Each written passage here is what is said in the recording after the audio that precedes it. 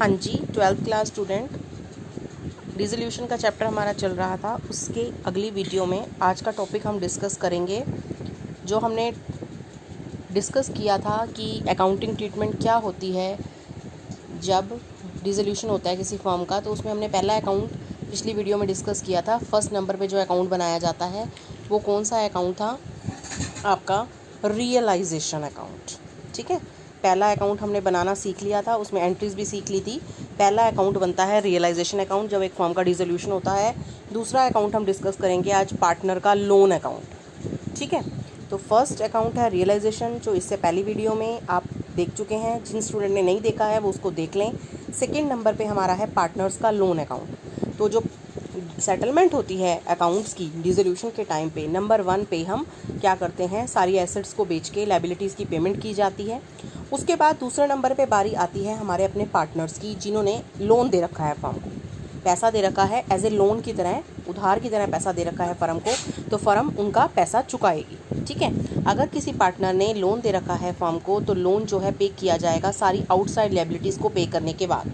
जितनी भी outside liability होंगी पहले उनकी पेमेंट रियलाइजेशन के अंदर कर दी जाएगी। नंबर 2 पे अपने पार्टनर का लोन वापस किया जाएगा।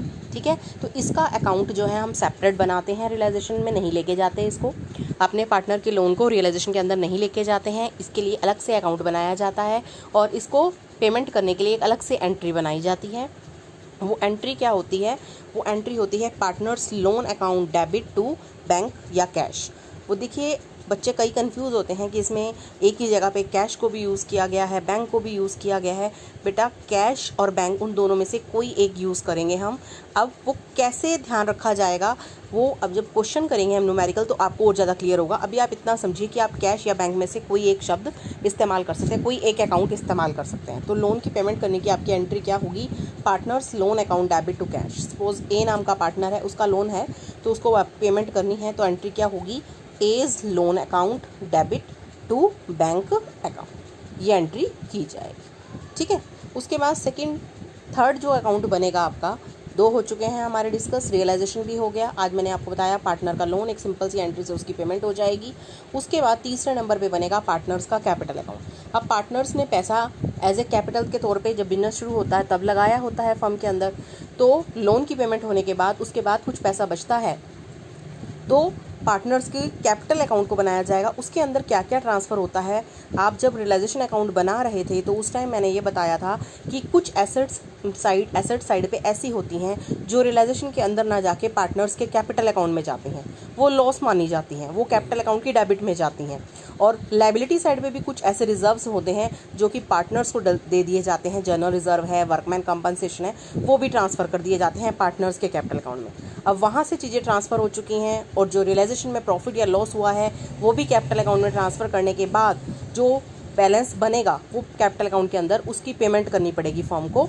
ठीक है, अब सपोज कीजिए जो बैलेंस निकाला हमने कैपिटल अकाउंट बनाने के बाद, उसमें पार्टनर के हिस्से में कमी आ रही थी, यानी उसका डेबिट बैलेंस ज़्यादा आ रहा था, तो फर्म उसको पे करने की बजाय उससे पैसा मंगवाएगी, तो उस पार्टनर को लेके आना पड़ेगा। तो उसकी एंट्री क्या होगी? Cash account debit to partners capital account. Firm के अंदर कैश आएगी, debit what comes in, cash debit हो गई कि कैश लेके आ रहा है वो, और टू पार्टनर्स कैपिटल अकाउंट। और सपोज कीजिए अगर उसका क्रेडिट बैलेंस बच रहा है, यानी उसका क्रेडिट बैलेंस ज़्यादा है डेबिट बैलेंस से, तो फर्म उसको पेमेंट करेगी। उसकी एंट्री क्या होगी? Partners capital account debit to bank. यहाँ पे पार्टनर को पे कर दिया गया है क्योंकि उसका बैलेंस ज़्यादा है, यहाँ कम था उसका बैलेंस, डेबिट बैलेंस ज़्यादा आ रहा था तो उससे पैसा मंगवा लिया गया। तो ये 2 एंट्रियाँ बनेंगी कैपिटल अकाउंट के अंदर। कैपिटल अकाउंट जब हम बनाएंगे तो इसकी क्लैरिटी और ज़्यादा हो जाएगी।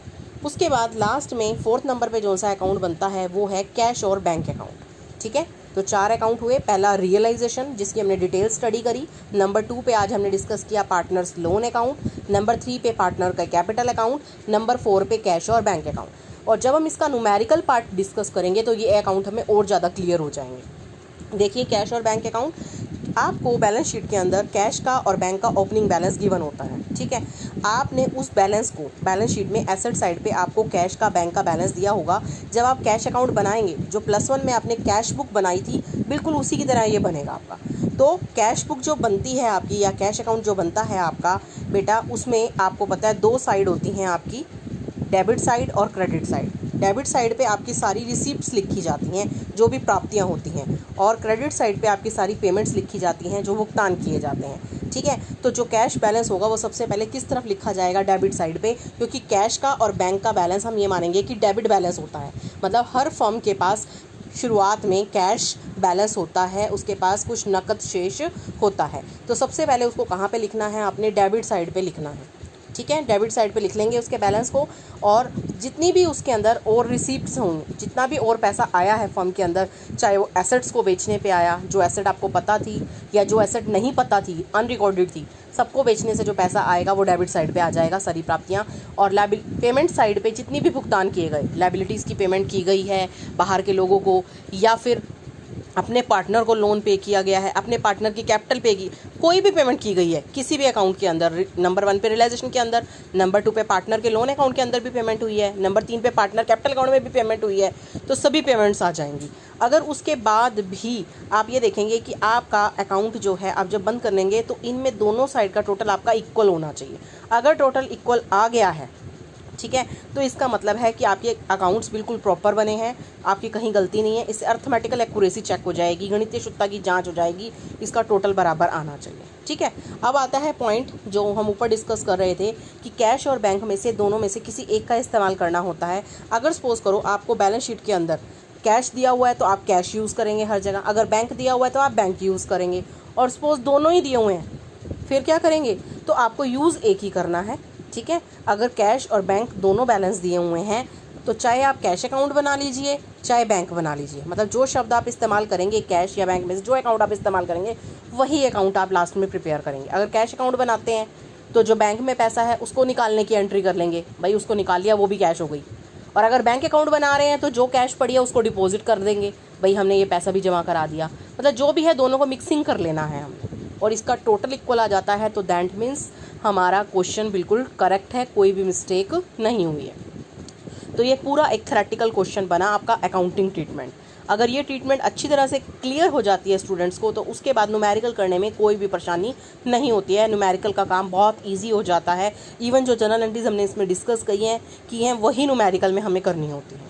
ठीक है, अब बढ़ते हैं आगे, आप न्यूमेरिकल को ले लेते हैं, एक न्यूमेरिकल डिस्कस करेंगे। न्यूमेरिकल आपके पास किस तरह से आएगा, आपको न्यूमेरिकल में बैलेंस शीट दी होगी, आपको पार्टनर बताए होंगे, 2 पार्टनर है, रेशो बताई होगी और बैलेंस शीट की पोजीशन दी होगी, भी ये बैलेंस शीट की पोजीशन है। एसेट्स लायबिलिटीज़ ये आप अच्छी तरह जानते हैं, आपको इस तरह से एक बैलेंस शीट दे दी जाएगी। इसके बाद आपको साथ साथ और क्या इन्फॉर्मेशन दी होगी, क्वेश्चन में ये बताया होगा कि ये फॉर्म डिसॉल्व हो रही है इस डेट पे, partner decided to dissolve the firm, partner dissolve कर रहे हैं। उस टाइम आपको बताया जाएगा कि एसेट्स रियलाइज कैसे हुई है, मार्केट में कैसे बिकी हैं, क्योंकि जो इसके अंदर बैलेंस शीट के अंदर वैल्यू है वो बुक वैल्यू है।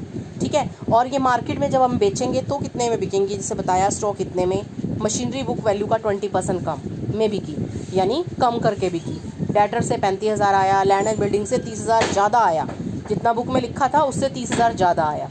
इस तरह से एसेट्स के बारे में बताएगा। इसी तरह से लायबिलिटी के बारे में भी बताएगा, जैसे क्रेडिटर को 5% लेस पे पेमेंट करी है हमने, और रियलाइजेशन के खर्चे भी हैं 1200 रुपये। इस तरह से पूरी सिचुएशन आपके सामने क्लियर होगी। एक बैलेंस शीट होगी और बैलेंस शीट नीचे इन्फॉर्मेशन होगी, जिस इन्फॉर्मेशन में ये बताया होगा कि एसेट्स कितने कितने में सेल हुई, लायबिलिटीज़ की पेमेंट किस तरह से की गई है, और आपको अकाउंट बनाने होंगे कौन कौन से, जो अभी आपको थ्योरी में बताए गए। नंबर 1 पे रियलाइजेशन अकाउंट, नंबर 2 पे पार्टनर्स लोन अकाउंट, नंबर 3 पे पार्टनर्स कैपिटल अकाउंट, और नंबर 4 पे कैश या बैंक अकाउंट। तो लाइन वाइज आपको चारों अकाउंट बनाने होंगे। इवन किसी क्वेश्चन में ये भी कह सकते हैं आप जनरल एंट्रीज करके दिखाइए, तो हम जनरल एंट्री से स्टार्ट लेते हैं। तो मेरा पहला स्टेप क्या था, अगर आपने थ्योरी को अच्छी तरह रीड कर लिया है, और इससे पहले वीडियो लेक्चर में जो बताई गई थी आपको रियलाइजेशन की थ्योरी, तो उसके अंदर सबसे पहला स्टेप क्या था, आप एसेट्स के अकाउंट क्लोज करते हैं। एसेट्स के अकाउंट क्लोज करते हैं तो जितने भी एसेट्स के अकाउंट आपके क्लोज किए जाएंगे, एसेट्स के अकाउंट क्लोज करने का मतलब ये है, आप जितनी भी एसेट इसके अंदर दी हुई हैं, जितनी भी एसेट इसके अंदर दी हुई हैं, एक्सेप्ट कुछ एसेट्स को छोड़ना था। वो कौन कौन सी एसेट्स थी जो हमने छोड़नी थी, नंबर 1 पे कैश और बैंक अकाउंट। कौन सी एसेट हमने छोड़नी थी, कैश और बैंक अकाउंट को हमने छोड़ना था। ठीक है, कैश और बैंक अकाउंट को हमने छोड़ देना था, जैसे ये नंबर 1 पे ही है आपका, ये हमने छोड़ देना था। ठीक है, कैश और बैंक अकाउंट को हमने छोड़ना था, और क्या छोड़ना था हमने, ये प्रोविज़न को छोड़ना था। कोई प्रोविज़न हो तो उसको भी एसेट्स नहीं मानना है आपने।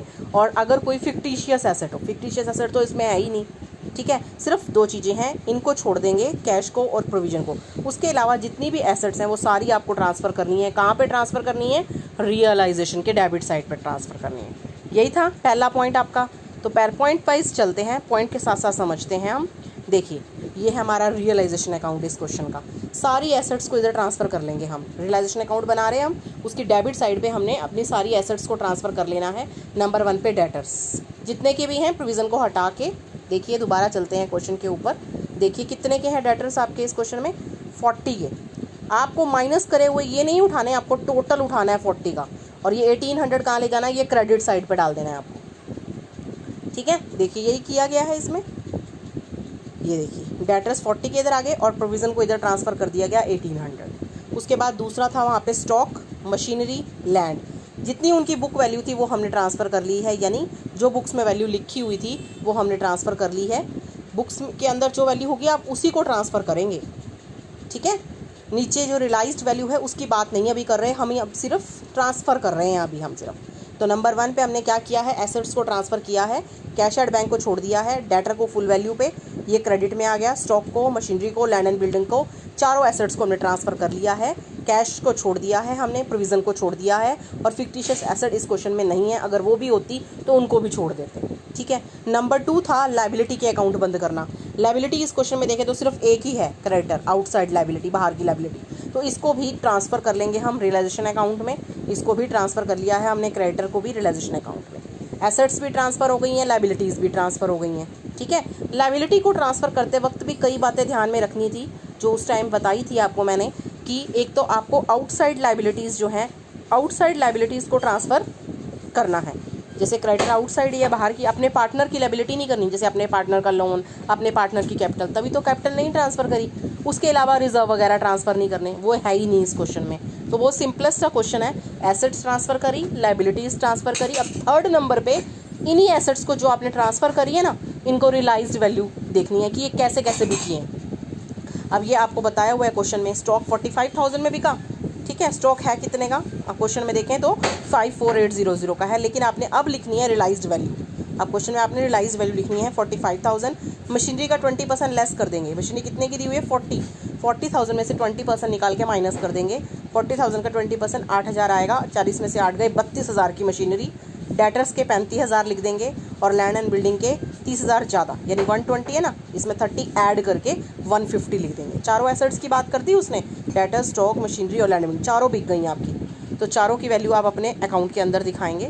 देखिए यहाँ पे दिखाएंगे बाय बैंक, ये रफ में आप उनको ऐड कर लेंगे, और ब्रैकेट में दिखा देंगे एसेट रियलाइज्ड। ये मार्केट में एसेट्स बिक गई हैं, चारों एसेट्स का जोड़ कर लेंगे, जितने जितने में वो बिकी हैं। अभी जनरल एंट्री से क्लियर हो जाएगा आपको, जनरल एंट्री में दिखाऊंगी मैं आपको, तो क्लैरिटी हो जाएगी आपको और ज़्यादा इसकी। ये एसेट रियलाइज्ड हो गई हैं आपकी, टोटल चारों एसेट्स की वैल्यू को ऐड कर लिया गया। साथ साथ इसकी जनरल एंट्रीज भी देख लेते हैं और क्लियर हो जाएगा। देखिए पहली एंट्री क्या है? एसेट्स को ट्रांसफ़र किया है पहले। ठीक है ना, सारी एसेट्स आपकी जो चारों एसेट्स थी वो रियलाइजेशन की डेबिट में गई हैं। Realisation account debit to debtor, to stock, to machinery, to land and building. जितनी जितनी उनकी बुक में वैल्यू थी, बैलेंस शीट में वैल्यू थी, वो लिख दिया आपने। नंबर 1 पॉइंट यही था आपका। नंबर 2 पॉइंट पे आपने क्या किया है? लायबिलिटीज़ को ट्रांसफ़र करना है। लायबिलिटी में 2 हो गई लायबिलिटी, एक तो क्रेडिटर है, और जो प्रोविज़न दिया था एसेट पे वो भी लायबिलिटी है, तो दोनों को आपने रियलाइजेशन की क्रेडिट में ट्रांसफ़र कर दिया। Second step. थर्ड स्टेप में आपने क्या किया है? एसेट्स को बेचना है। मार्केट में बिकी हैं एसेट्स, ये तो बताया नहीं भी, और कुछ बताया नहीं हुआ, मार्केट में बिकी हैं, तो बैंक टू रियलाइजेशन एंट्री होती है अगर मार्केट में एसेट बिकती है तो। ठीक है, तो देखो कितने कितने में गई है, यहाँ पे इन्होंने क्लैरिटी कर रखी है। स्टॉक 45 में, मशीनरी 32 में, डेटर 35 में, लैंड एंड बिल्डिंग 30,000 बढ़ के थी, तो जितने जितने में गई है टोटल आपका 262 आ रहा है, ये लिख दिया। तो रियलाइजेशन में बाय बैंक लिखा हुआ है। अगला स्टेप क्या है? हमने क्रेडिटर की पेमेंट करनी है। तो पेमेंट आपकी डेबिट साइड पे होती है अकाउंट के, रियलाइजेशन की डेबिट साइड पे आपकी पेमेंट होगी। पेमेंट किस चीज़ की होती है इसमें? एक तो आउटसाइड लायबिलिटी की पेमेंट होती है, और अगर कोई खर्चे हों उनकी पेमेंट होती है।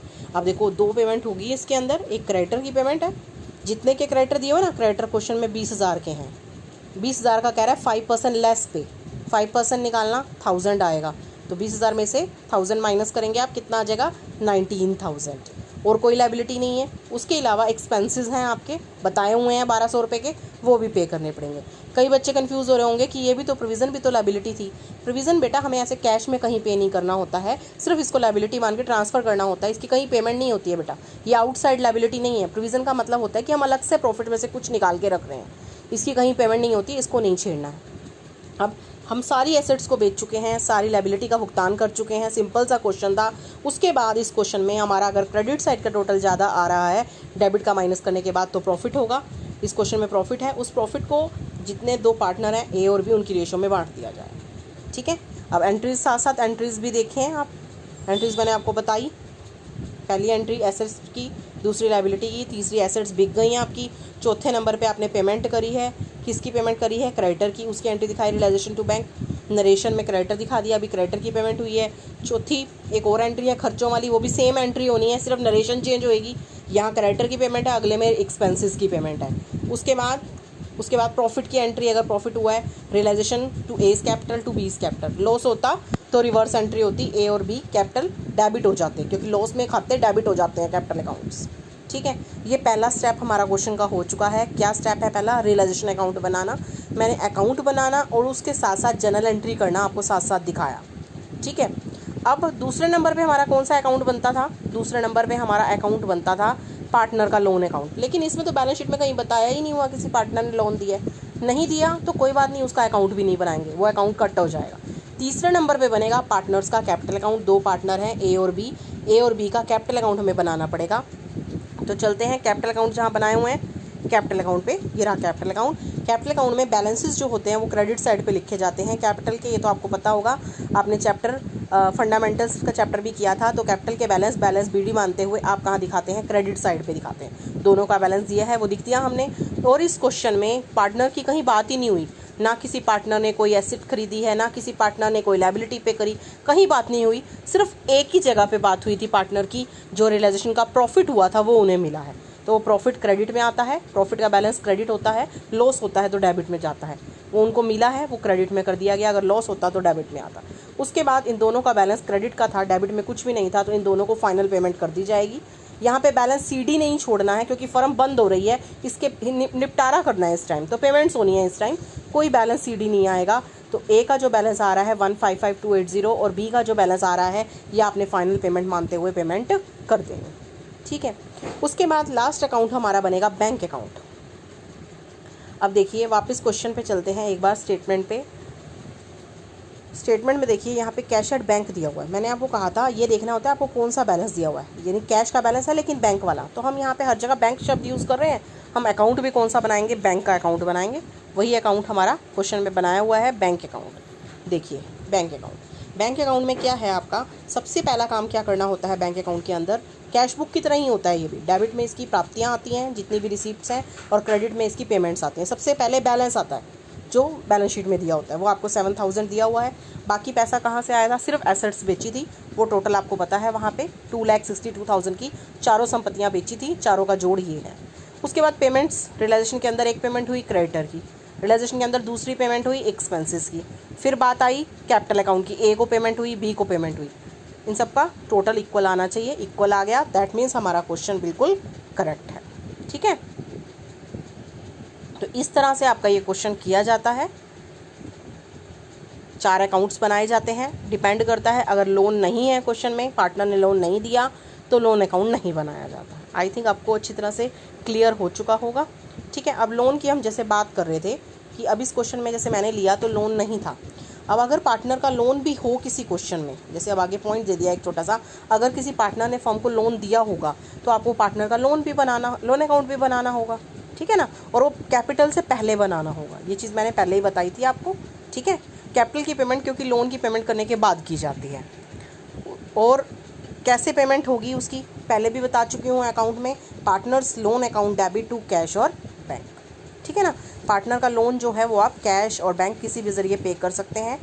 ठीक है, उसके बाद अगले पॉइंट, एक और पॉइंट इसके अंदर है asset taken over by partner. अभी जो पिछला क्वेश्चन किया मैंने आपको बताया था, अगर हम जो एसेट होती है वो मार्केट में भी बिक सकती है, जैसे पिछले अभी न्यूमेरिकल डिस्कस किया, वो मार्केट में भी की है एसेट। हो सकता है कोई पार्टनर कोई एसेट लेने को तैयार हो जाए, वो भी सिचुएशन है इसमें। मतलब फर्म बंद हो रही है, फर्म बंद होने पर किसी बाहर की पार्टी को भी बेच सकती है, और अगर अपना पार्टनर खरीदना चाहे तो अपना पार्टनर भी ले सकता है। तो ये पॉइंट बनता है asset taken over by partner. Dissolution के टाइम पे अगर एक पार्टनर एसेट लेता है तो क्या होगा, उसकी एंट्री क्या बनेगी, जैसे हम लिख रहे थे एसेट बेचने पर बैंक टू रियलाइजेशन, पैसा आ रहा था हमारे पास, कैश आ रही थी टू रियलाइजेशन, अब उसकी जगह हम कैश की जगह ए का नाम लिख देंगे जिसने एसेट ली, उसका कैपिटल अकाउंट आ जाएगा A's capital account debit to realisation. ठीक है, उसने अगर कोई एसेट खरीदी है, चाहे वो एसेट बैलेंस शीट में थी चाहे नहीं थी। अब सपोज करो ए ने फर्नीचर लिया है जिसकी बुक वैल्यू 10,000 थी, यानी बैलेंस शीट में वैल्यू 10,000 थी लेकिन वो 7,000 में ले रहा है, तो 7,000 ही वैल्यू मानी जाएगी A's capital account debit to realisation. ठीक है, ऐसे ही जैसे उसने एसेट ले ली, हो सकता है कोई पार्टनर लायबिलिटी भी लेने को तैयार हो जाए। लायबिलिटी लेने का मतलब है कि वो कहे कि मैं पेमेंट कर दूंगा इसकी। ठीक है, तो सेम जैसे लायबिलिटी की पेमेंट करते थे आप रियलाइजेशन टू बैंक, बैंक या कैश की जगह पे उस पार्टनर का नाम आ जाएगा। ठीक है, एग्जाम्पल जैसे बी नाम का व्यक्ति है, उसने कहा है कि मैं क्रेडिटर्स की पेमेंट कर दूंगा 5,000 की, तो realisation to bank to B. ठीक है, रियलाइजेशन के अंदर ही होनी है, एसेट बिकनी भी रियलाइजेशन के अंदर है, लायबिलिटी की पेमेंट भी रियलाइजेशन के अंदर होनी है। सिर्फ अगर फर्म ने बाहर की पार्टी ने एसेट खरीदी होती है तो हम बैंक वर्ड यूज़ कर लेते हैं, अगर पार्टनर ने खरीदी है तो उसकी जगह पार्टनर का नाम यूज़ कर लेते हैं। ऐसे ही लायबिलिटी की पेमेंट अगर फर्म करती है तो एंट्री रियलाइजेशन टू कैश होगी, लेकिन अगर पार्टनर करता है तो रियलाइजेशन टू पार्टनर होगी। ठीक है, इसको भी न्यूमेरिकल से बेहतर समझेंगे आप, न्यूमेरिकल के अंदर आएगा पॉइंट ऐसा, तो बेहतर क्लियर होगा आपको ये पॉइंट। अब इसके लिए एक और न्यूमेरिकल ले लिया है जिसमें ये चीज़ देखने को मिलेगी।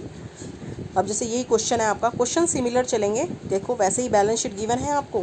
ठीक है, इस क्वेश्चन में पॉइंट आ गया, देखो एक तो डिफरेंट पॉइंट क्या आ गया पिछले क्वेश्चन से, इसमें ए का लोन दिया हुआ है, ए नाम के पार्टनर ने लोन दिया है, तो अब इसमें पार्टनर का लोन अकाउंट भी बनेगा, जैसे पिछले क्वेश्चन में नहीं था तो हमने नहीं बनाया था।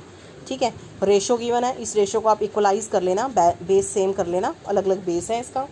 उसके अलावा एसेट्स दी हुई हैं, furniture, stock, debtor, bills receivable, furniture, stock, debtor, BR. Cash को तो लेना नहीं, एसेट ट्रांसफ़र करते वक्त नहीं लेना, तो कितनी एसेट्स ट्रांसफ़र होनी है, 4 एसेट्स ट्रांसफ़र होनी है। और लायबिलिटी में कौन सी लायबिलिटी ट्रांसफ़र होनी है, आउटसाइड, यानी क्रेडिटर ट्रांसफ़र होने, लोन का तो अलग से अकाउंट बनेगा, कैपिटल का भी अलग से अकाउंट बनेगा। तो ये सिचुएशन पहले देख लिया करो कि क्या ट्रांसफ़र होना है और क्या नहीं। पहला काम तो ट्रांसफ़र करने का ही है, तो इसका साथ साथ अकाउंट में ट्रांसफ़र लेते हैं, ट्रांसफ़र करना देख लेते हैं पहले साथ साथ इसके। ये देखिए रियलाइजेशन के अंदर सारी एसेट्स ट्रांसफ़र कर ली हैं पहले, 4 एसेट्स ही, फर्नीचर, स्टॉक, डेटर, बीआर, जितने की ये बैलेंस शीट में दी हुई थी लिख ली, इधर क्रेडिटर ट्रांसफ़र हो गए जितने के थे। पहला स्टेप हो गया एसेट्स ट्रांसफ़र, लायबिलिटीज़ ट्रांसफ़र। उसके बाद दूसरा स्टेप क्या रहेगा क्वेश्चन के अंदर, हम देखेंगे एसेट्स बिकी कैसे हैं। नीचे से क्वेश्चन को पढ़ते हैं, क्या है, कहता है डेटर्स में से 20,000 बैड हो गई, बैड मतलब डूब गए, डेटर है कितने के, 240 के, 20,000 के डूब गए, यानी कितना पैसा मिलेगा इनसे, 2,20,000। 240 में से 20,000 गए, 2,20,000 रुपये हमें मिलेंगे। तो हमारा बाय बैंक में 2,20,000 रुपये आना है। इन्होंने कैश शब्द इस्तेमाल किया क्योंकि कैश का अकाउंट हमें दिया हुआ है क्वेश्चन के अंदर, तो कैश में ब्रैकेट में एसेट रियलाइज लिख के आप एक एक करके एसेट को भी दिखा सकते हैं, जिससे क्वेश्चन में चेक करने वाले को भी आसानी होगी और आपको भी डाउट नहीं रहेगा। अब डेटर्स में से क्या देखो, 240 में से 20 हटा दिए, यानी कितने में बिके ये, 220 में। ठीक है, और बढ़ते हैं, सेकंड पॉइंट क्या है, बीआर जो हैं उनको फुल पेमेंट आ गई उनकी, यानी ये पूरे में चले जाएंगे, 30,000 पूरा आ जाएगा, और स्टॉक से 1,70,000 आएगा। ठीक है, ये तीन चीज़ें हैं, ये देखें क्या ऐसे ही की गई हैं।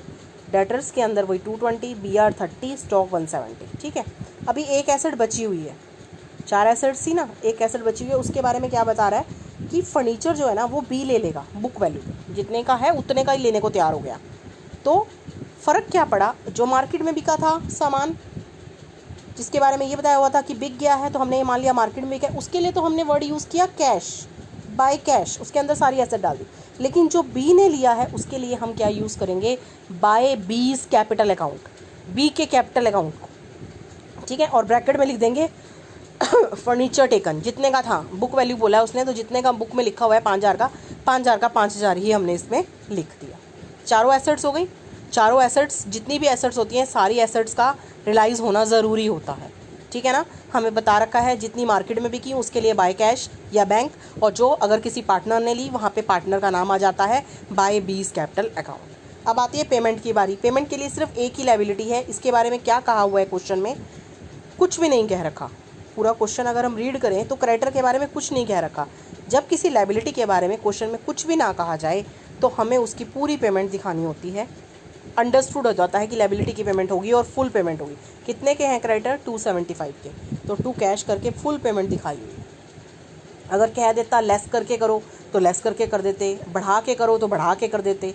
कुछ नहीं कहा तो जितना है उतने का उतना लायबिलिटी ज़रूर पे की जाएगी। उसके अलावा एक चीज़ और है इसके अंदर, आपको रियलाइजेशन के एक्सपेंसेस भी पे करने हैं 20,000, वो भी वैसे ही पे होते हैं जैसे लायबिलिटी पे होती है। तो टू कैश एक्सपेंसेस पेड 20,000। ठीक है, और कुछ नहीं बचा उसके अंदर। इस क्वेश्चन में डेबिट साइड का टोटल ज़्यादा आ रहा है क्रेडिट साइड से, इसका मतलब इस क्वेश्चन में क्या हो रहा है, फर्म का लॉस हो रहा है। तो ये क्रेडिट साइड में लॉस मानते हुए पार्टनर्स में क्या किया जाएगा, इसको डिस्ट्रीब्यूट किया जाएगा ABC में उनकी रेशो। ठीक है, उसके बाद दूसरे नंबर पे कौन सा अकाउंट बनेगा? पार्टनर का लोन अकाउंट बनेगा। था ना इसमें लोन अकाउंट, ए का लोन अकाउंट। लोन भी लायबिलिटी होती है फर्म के लिए, जैसे कैपिटल लायबिलिटी होती है, लोन भी फर्म ने ले रखा है तो फर्म की लायबिलिटी है। तो लायबिलिटीज़ की शुरुआत कहाँ से होती है? क्रेडिट साइड से होती है। तो इसको भी बाय साइड पे बाय बैलेंस BD करके 30,000 और इधर पेमेंट दिखा दीजिए टू कैश या बैंक, जो भी आप अकाउंट लेके चल रहे हैं, टू कैश अकाउंट 30,000 की पेमेंट हो। तीसरे नंबर पे अब किसकी बारी आएगी? कैपिटल अकाउंट की। अब कैपिटल अकाउंट पे पहुंच जाते हैं। कैपिटल अकाउंट के अंदर सबसे पहला काम क्या होता है? बैलेंस लिखना। तीनों का बैलेंस लिख लिया। अच्छा, अब इस क्वेश्चन के अंदर डिफरेंट चीज़ क्या थी कि पार्टनर ने एसेट खरीदी है। ठीक है, एसेट भी ले सकता है पार्टनर, लायबिलिटी भी ले सकता है। लेकिन इस क्वेश्चन में आपने देखा कि ए नाम के व्यक्ति ने क्या किया था? ए ने लिया फर्नीचर, बी ने लिया फर्नीचर। एसेट ली है तो उसके अकाउंट में से पैसा भी काटा जाएगा क्योंकि उसने फर्म की एसेट ले लिए। कहाँ तो फर्म ने उसका पैसा वापस करना था, 50,000 था उसका कैपिटल के तौर पे, लेकिन वो 5,000 का फर्नीचर भी तो ले गया, वो उसके अकाउंट में से कटना चाहिए। डेबिट साइड पे नुकसान है क्योंकि उसको पेमेंट करनी पड़ेगी, उसके अकाउंट में से कटेगा।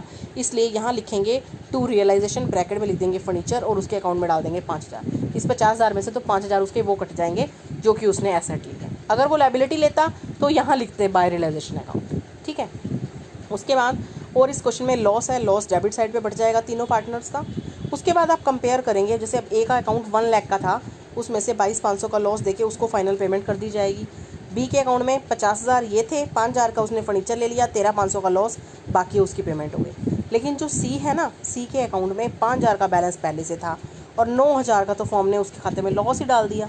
9 में से 5 गए 4, इसके यानी उसको कैश लेके आनी पड़ेगी। बाय साइड लिखेंगे आप बाय कैश, वो 4,000 रुपये लेके आएगा। तो इस सिचुएशन में कुछ भी हो सकता है। फर्म जब बंद होती है, हो सकता है उनको भुगतान करे फर्म, हो सकता है उनको फर्म को देना पड़े उनके हिस्से की कमी को।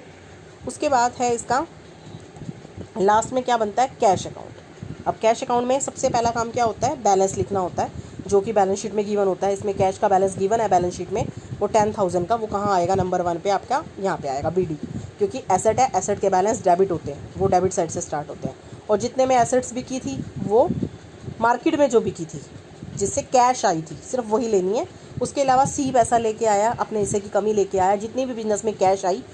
और पेमेंट्स कौन कौन सी हुई? एक्सपेंसेस की पेमेंट हुई, क्रेडिटर की पेमेंट हुई, ए के लोन की पेमेंट हुई, ए के कैपिटल की, बी के कैपिटल की।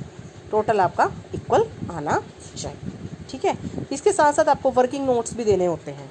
जैसे पहले ही एक चीज़ थी, मैंने बताया था, अगर क्वेश्चन में किसी भी लायबिलिटी के बारे में, आउटसाइड लायबिलिटी की पेमेंट के बारे में कुछ भी मेंशन ना हो तो आप ये एज्यूम करते हैं कि लायबिलिटी फुल पेमेंट हुई है।